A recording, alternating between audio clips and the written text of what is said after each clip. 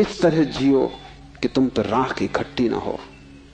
इस तरह जियो कि तुम्हारे भीतर का अंगारा जलता रहे, प्रकाशित हो। इस तरह जियो कि प्रति क्षण तुम होश में रहो, बेहोश नहीं। मुल्ला नसरुद्दीन को बच्चा पैदा हुआ, पहला ही लड़का था। नसरुद्दीन बड़ा खुश हुआ, अपने खास मित्र को बुलाया, खुशी मनाने दोनों शराब घर में गए। क्योंकि तुम एक ही खुशी जानते हो, बेहोशी। ये बड़े मजे की बात है। शिव, बुद्ध, महावीर, वे सब चिल्ला चिल्ला के कहते हैं कि दुनिया में एक ही आनंद है, वो है होश। और तुम एक ही सुख जानते हो, वो है बेहोशी। या तो तुम ठीक हो या वो ठीक है, दोनों तो ठीक नहीं हो सकते। मुल्ला नसरुद्दीन सीधा शराब घर गया, बजाय अस्पताल जाने के पहले बेटे को देखता। उसने कहा कि पहले जरा आनंद कर ले। कितने दिनों का सपना पूरा हुआ। डट के दोनों पी गए। जब दोनों पी के पहुंचे अस्पताल और कांच की खिड़की में से बेटे को देखा तो मुल्ला रोने लगा।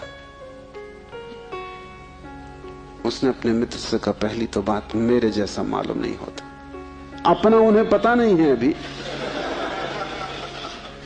अभी खुद की शक्ल भी वो पहचान ना सकेंगे। लेकिन मेरा जैसा नहीं मालूम होता। और दूसरी बात, बड़ा छोटा दिखाई पड़ता है। इतने छोटे बच्चे को लेके करेंगे भी क्या? ये बचेगा? मित्र ने कहा, मत घबराओ, जब मैं पैदा हुआ था तो मैं भी 3 ही पाउंड का था। नसरुद्दीन ने कहा, फिर तुम बचे?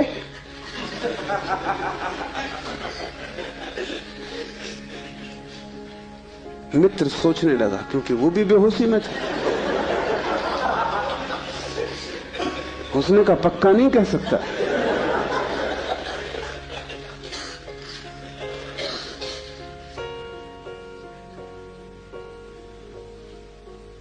आदमी बेहोशी में है, उसके जीवन का सारा परिप्रेक्ष्य, उसकी सारी दृष्टि उसकी बेहोशी से भर जाती, सब धुआं धुआं हो जाता। तुम कुछ भी ठीक से नहीं देख पाते और तुम एक ही सुख जानते हो कि जब तुम अपने को भूल जाते हो, चाहे सिनेमा हो, चाहे संगीत हो, चाहे सेक्स हो, जहां भी तुम अपने को भूल जाते हो वहीं तुम कहते हो बड़ा सुख आए। भूलने को तुम सुख कहते हो, विस्मरण को? कारण है, क्योंकि जब भी तुम होश से भरते हो तुम सिवाय दुख के अपने जीवन में कुछ भी नहीं पाते। इसलिए जब भी तुम देखते हो जीवन को, जरा ही सजग हो के तुम पाते हो दुख दुख, कुरूपता चारों तरफ।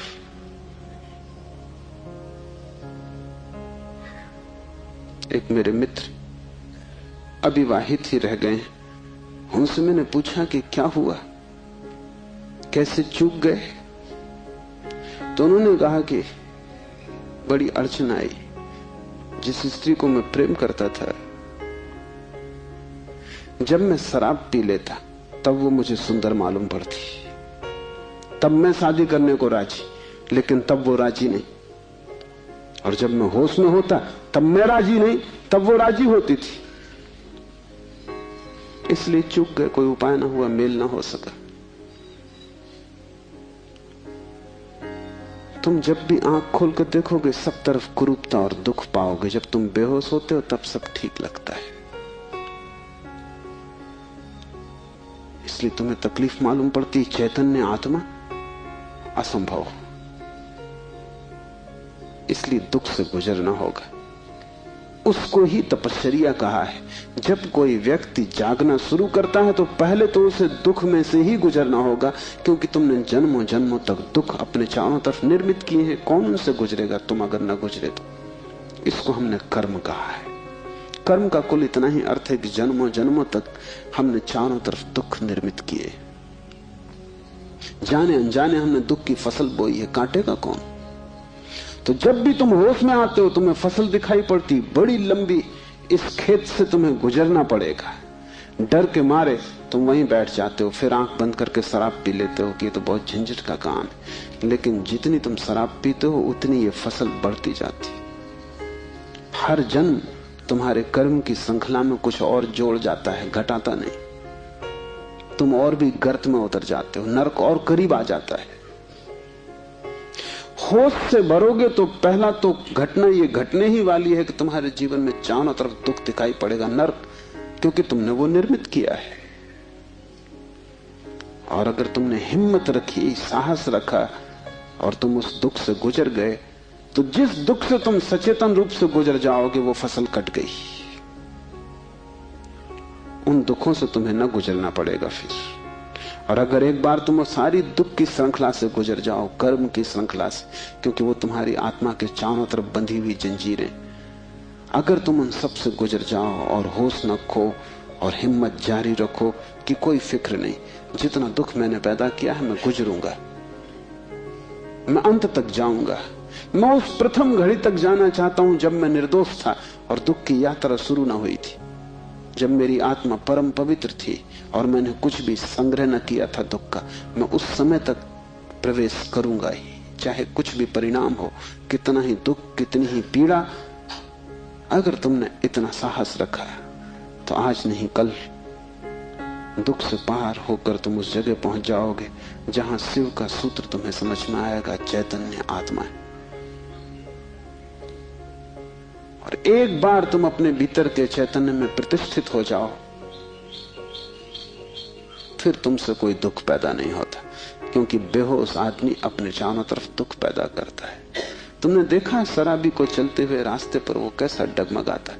ऐसी तुम्हारी जिंदगी है, कहीं पैर रखते हो कहीं पड़ता है, कहीं जाना चाहते हो कहीं पहुंच जाते हो, कुछ करना चाहा था कुछ और ही हो जाता है, कुछ कहने निकले थे कुछ और ही कह के घर लौट आते हो। इसे तुम रोज देख रहे हो, फिर भी तुम समझ नहीं पाते कि क्यों हो रहा है।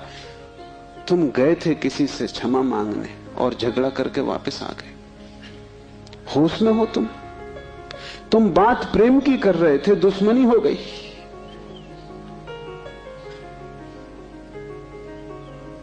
एक आदमी शराब पिए आकाश की तरफ देखता हुआ चला जा रहा था। एक कार उसके पास से निकली, बामुश्किल ड्राइवर बचा पाया। गाड़ी रोक के ड्राइवर ने कहा, महानुभाव, अगर आप नहीं देखते वहां जहां आप जा रहे हैं तो फिर आप वहीं चले जाएंगे जहां आप देख रहे हैं।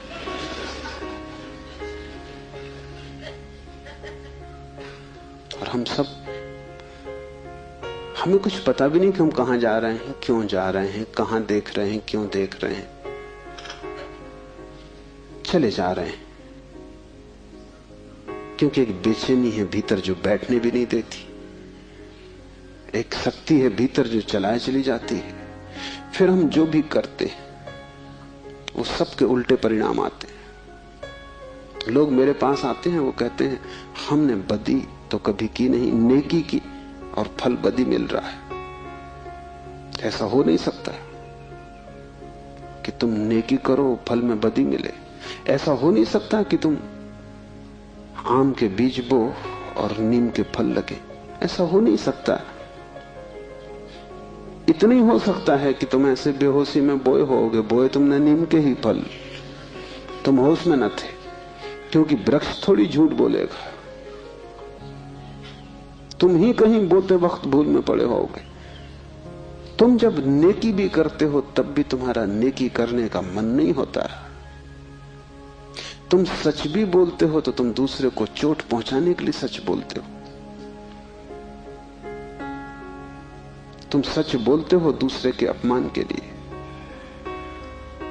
तुम सच बोलते हो जैसे तुम सच का उपयोग एक घातक हथियार की तरह कर रहे हो। तुम्हारे सत्व कड़वे होते, सत्य के कड़वे होने की कोई भी जरूरत नहीं, लेकिन मजा तुम्हें कड़वेपन में है, सत्य में तुम्हें मजा भी नहीं। तुम्हारा झूठ सदा मीठा होता है, तुम्हारा सत्य सदा कड़वा होता है। बात क्या है? क्या कड़वापन सत्य का स्वभाव है? क्या मिठास झूठ का हिस्सा है? नहीं। झूठ को तुम चलाना चाहते हो, तुम उसे मीठा बनाते, क्योंकि अगर वो मीठा ना होगा तो चलेगा नहीं। एक तो झूठ चलना मुश्किल, मिठास के सहारे ही चलेगा। जैसे कड़वी दवा की गोली पर हम मीठी परत चढ़ा देते, बच्चा मीठी गोली समझ के खा लेता है, और जब तक कड़वेपन का पता चलता है तब तक गोली भीतर जा चुकी है। तुम झूठ को मीठा बनाते हो क्योंकि तुम झूठ चलाना चाहते हो। तुम सत्य को कड़वा बनाते हो क्योंकि सत्य से तुम केवल चोट करना चाहते हो, उसको चलाना नहीं चाहते। तुम सत्य बोलते ही तब हो जब तुम सत्य का इस तरह उपयोग कर सको कि वो झूठ से बदतर साबित हो, तभी तुम बोलते हो। तुम बेहोश हो, तुम्हारे कृत्यों का तुम्हें कुछ पता नहीं है कि तुम क्या कर रहे हो। इसे थोड़ा होशपूर्वक देखना शुरू करो। जो तुम बोलना चाहते हो वही बोले, या तुम कुछ और बोल गए? क्या तुमने यही सोचा था बोलने के लिए जो तुम बोले? मार्क ट्वेन लौटता था एक रात, उसकी पत्नी ने पूछा, घर आया तो पत्नी ने पूछा कैसा रहा व्याख्यान? वो व्याख्यान देने गया था। उसने कहा कौन सा व्याख्यान? जो मैंने तैयार किया था वो, या जो मैंने वहां दिया वो, या जो मैं चाहता था कि देता वो? कौन सा व्याख्यान? एक तो आदमी तैयार करता है और एक आदमी फिर जो देता है, उसमें बड़ा फर्क है। और फिर एक जो घर लौटते वक्त तो सोचता है दिया होता है। वो तीनों अलग अलग हैं। होश में हो। सब निशाने तुम्हारे चूक जाते हैं। तुम्हारी जिंदगी में कभी भी कोई निशाना लगा? आंख बंद करके भी आदमी तीर चलाता रहे तो कभी ना कभी निशाना लगेगा। मैंने सुना है कि अगर बंद घड़ी भी दीवार पे टंगी रहे तो 24 घंटे में 2 बार सही समय बताएगी। तुम्हारी जिंदगी में ऐसा भी नहीं आया कि 2 बार भी तुमने सही समय बताया होता। तुम बंद घड़ी से गए बीते। अंधेरे में भी आदमी तीर चलाता रहे तो कभी ना कभी निशान पे लग जाएगा। तुम खुली आंख से होश में प्रकाश में तीर चलाते हो, कभी निशाने पे नहीं लगता। क्या बात होगी? मुल्ला नसरुद्दीन को बड़ा शौक था हिरन की शिकार करने का। तीसरी बार जब वो शिकार करने जंगल पहुंचा और जंगल के विश्राम गृह में उसने अपना सामान रखा और तैयारी की, और जब सूटकेस खोला तो उसमें एक बड़ी फोटो रखी थी और पत्नी ने उस फोटो के नीचे लिखा था, मुल्ला हिरन इस तरह का होता है। उन्हें शिकार का शौक था लेकिन हिरन का पता नहीं था। तुम कुछ भी मार मूर के घर आ जाओगे, हिरन ठीक से फोटो देख लेना। तुम सब जगह चूक गए हो। वही तुम्हारे जीवन का दुख है, और चूकने का कुल कारण है कि तुम होश में नहीं हो। इसलिए जो भी करो होशपूर्वक करो। उठो तो भी होशपूर्वक, चलो तो भी होशपूर्वक। महावीर ने कहा है विवेक से चलो, विवेक से बैठो, विवेक से भोजन करो, विवेक से बोलो, विवेक से सो तक। महावीर से कोई पूछता है कि साधु कौन, तो महावीर ने कहा जो अमूर्छित है। और असाधु कौन, तो महावीर ने कहा जो मूर्छित है, जो सोया सोया जी रहा है वो असाधु, जो जागा जागा जी रहा है वो साधु। यही शिव कह रहे हैं, चैतन्य आत्मा। चैतन्य को बढ़ाओ। धीरे धीरे आत्मा की झलक तुम्हारे जीवन में आनी निश्चित है। दूसरा सूत्र है ज्ञानम बंधा। ज्ञान बंध है। बड़ी हैरानी का सूत्र है। ज्ञान के बहुत अर्थ हैं। एक तो जब तक तुम इस ज्ञान से भरे हो कि मैं हूं, तब तक तुम अज्ञान में रहोगे, क्योंकि मैं अज्ञान है, अहंकार अज्ञान है। जिस दिन तुम आत्मा से भरोगे उस दिन हूंपन तो रहेगा मैंपन नहीं रहेगा। मैं हूं, इसमें से मैं तो कट जाएगा, सिर्फ हूं रहेगा। इसे थोड़ा प्रयोग करके देखो। कभी किसी वृक्ष के नीचे शांत बैठकर खोजो कि तुम्हारे भीतर मैं कहां है। तुम कहीं भी ना पाओगे। हूं तो तुम सब जगह पाओगे, मैं तुम कहीं भी ना पाओगे। सब जगह तुम्हें अस्तित्व मिलेगा, लेकिन अस्तित्व के साथ अहंकार तुम्हें कहीं भी ना मिलेगा। अहंकार तुम्हारी निर्मिति है, वो तुम्हारा बनाया हुआ है, वो झूठा है, वो असत्य है, उससे ज्यादा अप्रामाणिक और कुछ भी नहीं। वो काम चलाऊ है, उसकी संसार में जरूरत है, लेकिन उसकी सत्य में कहीं भी कोई स्थान नहीं।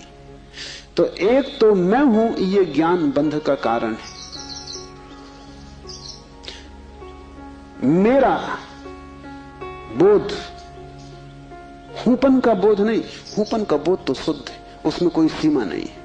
जब तुम कहते हो हूं, तो तुम्हारे हूं में और वृक्ष के हूं में कोई फर्क होगा?